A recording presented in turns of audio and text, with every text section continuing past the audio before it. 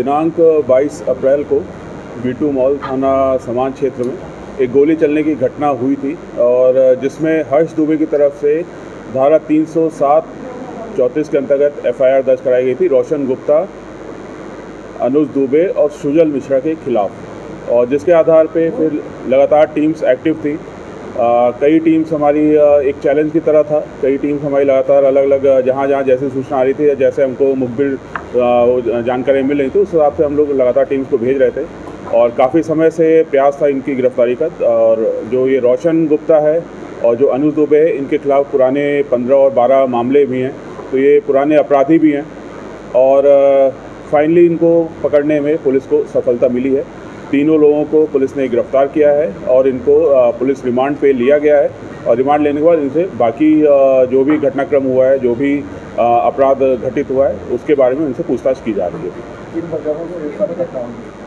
ये जो हर्ष दुबे जो फरियादी है और जो आरोपी है, इनके बीच में कुछ विवाद काफ़ी समय से चला आ रहा है।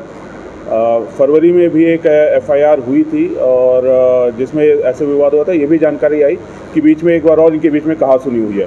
इसके पूर्व में भी इनके बीच कहा-सुनी हुई थी, जो कि FIR में नहीं तब्दील हुई थी, कोई भी उसमें पक्ष थाने में रिपोर्ट नहीं किया था।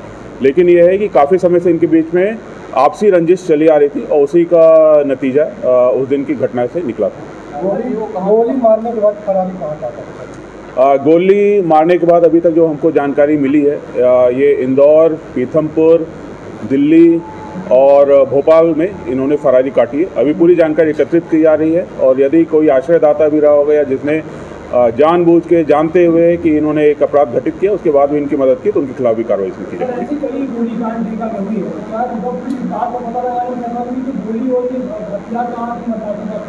निश्चित रूप से, क्योंकि अभी कल भी एक आरोपी को पकड़ा गया था, उससे भी एक पिस्टल जो है बरामद हुई थी, वो भी 308 का आरोपी है और ये भी है एक पिस्टल है। तो कहीं ना कहीं अग्नि अस्त्रों का उपयोग किया गया है और इसको लेके पुलिस टीम लगातार एक्टिव है और निश्चित रूप से इसका जो सोर्स है उसको भी पता इसमें लगाने की कोशिश करेंगे। जो आर्म्स है उसको भी जब्त करना है और जो सोर्स है कहाँ से आते हैं, कैसे आ रहे हैं, उस लिंक को भी तोड़ना है, उसके खिलाफ भी कार्रवाई हमको करनी है।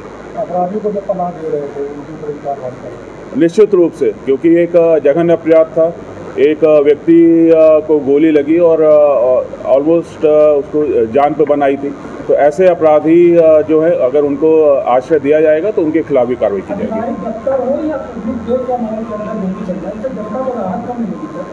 निश्चित रूप से कड़ी कार्रवाइयाँ होंगी और इनको जब जमानत नहीं मिलेगी और इनके आश्रयदाताओं के खिलाफ कार्रवाई होगी तो निश्चित रूप से ऐसे लोग के खिलाफ डिस्करेज होंगे और इस तरह की घटनाएं नहीं होंगी। आरोपियों का बैकग्राउंड क्या है?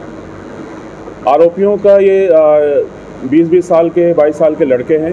दो जो अपराधी हैं, रोशन गुप्ता और अनुज दुबे, इनका पुराने रिकॉर्ड है। रोशन के करीब 15 अपराध हैं, 302, 307 में उसमें सम्मिलित है और अनुज के ज़्यादातर लूट के अपराध हैं।